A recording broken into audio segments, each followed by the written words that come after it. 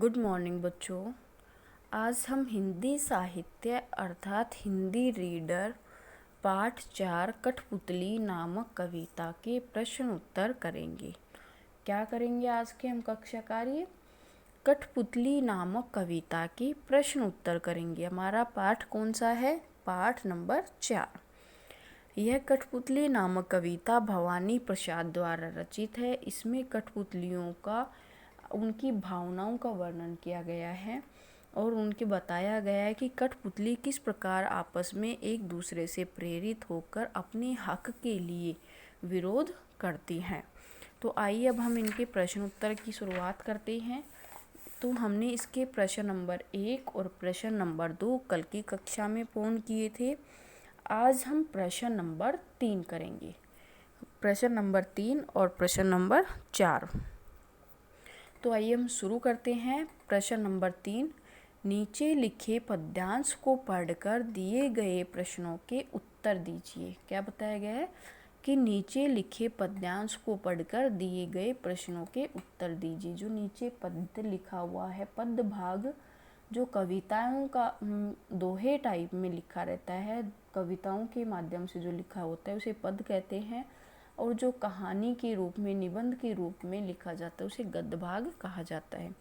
तो इसने बताया कि पद्यांश को पढ़कर नीचे दिए गए प्रश्नों के उत्तर दीजिए। इसमें पद्य की कुछ लाइनें दी हुई हैं पद्य भाग की, तो उनका हमें प्रश्न उनके साथ कुछ प्रश्न दिए गए हैं। तो इस पद में से हमें उन प्रश्नों का उत्तर देना है। सुनकर बोली और कठपुतलियाँ कि हाँ बहुत दिन हुए हमें अपने मन के छंद हुए, मगर पहली कठपुतली सोचने लगी ये कैसी इच्छा मेरे मन में जगी। अब ये पद भाग दिया हुआ है जो हमने कविता में पढ़ा था। अब इसके प्रश्न उत्तर को देखते हैं कि क्या प्रश्न पूछना चाह रहा है। दूसरी कठपुतलियों ने क्या कहते हुए उस कठपुतली का समर्थन किया। इसमें पूछा है कि दूसरी कठपुतलियों ने क्या कहते हुए उस कठपुतली का समर्थन किया। अर्थात जब एक कठपुतली दूसरे बोलती है कि हमें बहुत दिन हो गए बंधे हुए, अब मैं स्वतंत्र होना चाहती हूँ, तो दूसरी कठपुतलियाँ बोलती है कि हाँ बहुत दिन हो गए, हमें भी अपने मन के छंद हुए, अर्थात अपने मन की भावनाओं को दबोचे हुए, अपने अंदर बंद किए हुए, कैद किए हुए। तो अब देखिए हम इस प्रश्न का उत्तर किस प्रकार लिखेंगे कि दूसरी कठपुतलियों ने कहा कि हाँ हमें भी बहुत दिन हो गए अपने मन के भावनाओं को दबोचे हुए उस कठपुतली का समर्थन किया। समझ में आ गया। दूसरी कठपुतलियों ने पहली कठपुतली की बात का समर्थन करते हुए कहा कि हाँ हमें भी बहुत दिन हो गए हमें अपने मन की बात को दबोचे हुए। इस प्रकार अब है हमारा प्रश्न दूसरा, हमें अपने मन के छंद छुए से क्या आशय है।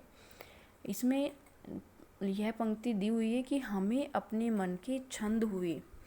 इस पंक्ति का क्या आशय अर्थात इसका क्या अर्थ है। तो इसमें है कि कठपुतलियाँ बोल रही हैं, दूसरी कठपुतलियाँ बोल रही हैं कि हमें अपने मन के छंद हुए, अर्थात हमें बहुत दिन हो गए हैं अपने मन की बातों को अपने अंदर ही दबाए हुए, अर्थात जो हमारे मन के भीतर की जो भावनाएं हैं हम उनको उभर कर सामने किस प्रकार ला सकते हैं और हम उनको उजागर करना चाहते हैं।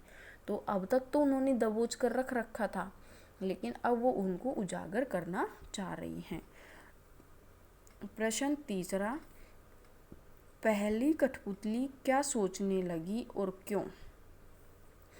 पहली कठपुतली क्या सोचने लगी और क्यों। पहली कठपुतली सोचने लगी कि ये अचानक मेरे मन में कैसी इच्छा जागी है, और वह क्यों सोची है, क्योंकि दूसरी कठपुतलियों ने उसका समर्थन किया है। तो इसका हम किस प्रकार लिखेंगे कि पहली कठपुतली सोचने लगी कि मेरे मन में अचानक कैसी इच्छा जागी है, और उसने ऐसा इसलिए सोचा कि दूसरी कठपुतलियों ने उसकी बात का समर्थन किया। इस प्रकार हम इन पंक्तियों में से ही इनका उत्तर ढूंढेंगे और इनका इस प्रकार से हम प्रश्नों का उत्तर लिखेंगे। अब है हमारा प्रश्न नंबर 4। प्रश्न नंबर 4, नीचे लिखे प्रश्नों के उत्तर दीजिए। नीचे लिखे प्रश्नों के उत्तर दीजिए। प्रश्न नंबर 1, कठपुतली को गुस्सा क्यों आया? क्या उसका गुस्सा करना उचित था? इसने पूछा है कि कठपुतली को गुस्सा क्यों आया, क्या कठपुतली का गुस्सा करना उचित था, मतलब सही था या गलत था। तो हमें अब कविता में पंक्तियाँ हम लाइनें जो कि त्यों नहीं लिख सकते हैं उत्तर के माध्यम से। हमें कविताओं के पाठ में जो आता है, प्रश्न उत्तर आते हैं, हमें उनको अपने हिसाब से कविता की व्याख्या के अनुसार हमें उनके उत्तरों को देना होता है। तो हम इस प्रश्न का उत्तर किस प्रकार लिखेंगे कि कठपुतली को गुस्सा क्यों आया? कठपुतली को गुस्सा इसलिए आया, उसने सोचा कि हम ही चारों तरफ से क्यों बंधे हैं, आगे पीछे चारों तरफ से हम क्यों बंधे हैं, और उसका गुस्सा करना उचित था क्योंकि वह भी स्वतंत्र होना चाहती थी। अब है हमारा अगला प्रश्न, कठपुतली अपने पैरों पर खड़ा होना चाहती है, क्या वह खड़ी हो सकती है? तो हम इस प्रश्न का उत्तर लिखेंगे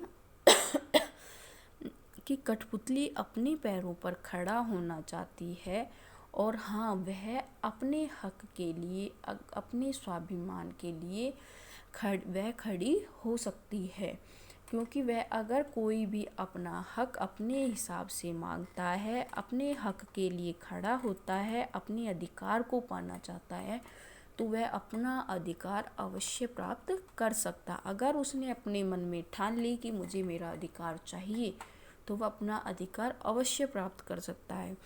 तो हम इस प्रश्न का उत्तर लिखेंगे कि कठपुतली अपने पैरों पर खड़ा होना चाहती है और हाँ, वह वास्तव में ही खड़ी हो सकती है।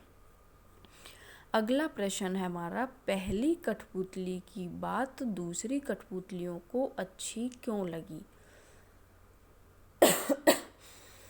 पहली कठपुतली की बात दूसरी कठपुतलियों को अच्छी क्यों लगी? इसमें इसका उत्तर हम देंगे कि पहली कठपुतली ने जब यह कहा, जब वह अपने स्वाभिमान के लिए, अपने अधिकार के लिए खड़ी होती है, तो वह दूसरी कठपुतलियाँ उसका समर्थन देती हैं, उनका साथ देती हैं, क्योंकि वे सोचती हैं कि अगर इसको अधिकार मिल गया तो हम सभी कठपुतलियाँ आज़ाद हो सकती हैं, अर्थात हम सभी को स्वतंत्रता मिल सकती है। तो हम इस प्रश्न का उत्तर लिखेंगे कि पहली कठपुतली की बात सुनकर दूसरी कठपुतलियों को इसलिए अच्छी लगी कि वह चाहती हैं कि जब इस कठपुतली को अपना अधिकार प्राप्त हो सकता है, तो हम सब कठपुतलियाँ स्वतंत्र पूर्ण हो सकती हैं। अगला प्रश्न हमारा, इस कविता में मुख्य रूप से किस विचार को प्रकट किया गया है? जो हमने कठपुतली नामक कविता पढ़ी है, इस कविता में मुख्य रूप से किस प्रकार का विचार प्रकट किया गया है?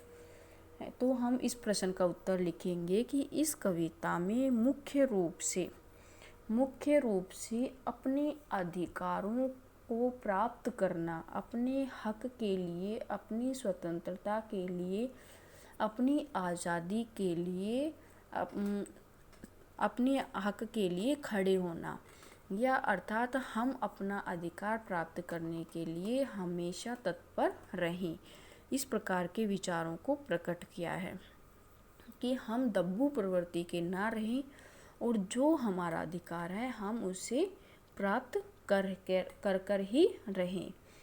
तो इसमें नई शक्ति और नई जोश का विचार प्रकट किया गया है। किस प्रकार बताया गया कि हम इसका छोटे रूप में इस प्रकार भी लिख सकते हैं कि इस कविता में मुख्य रूप से नई शक्ति या नए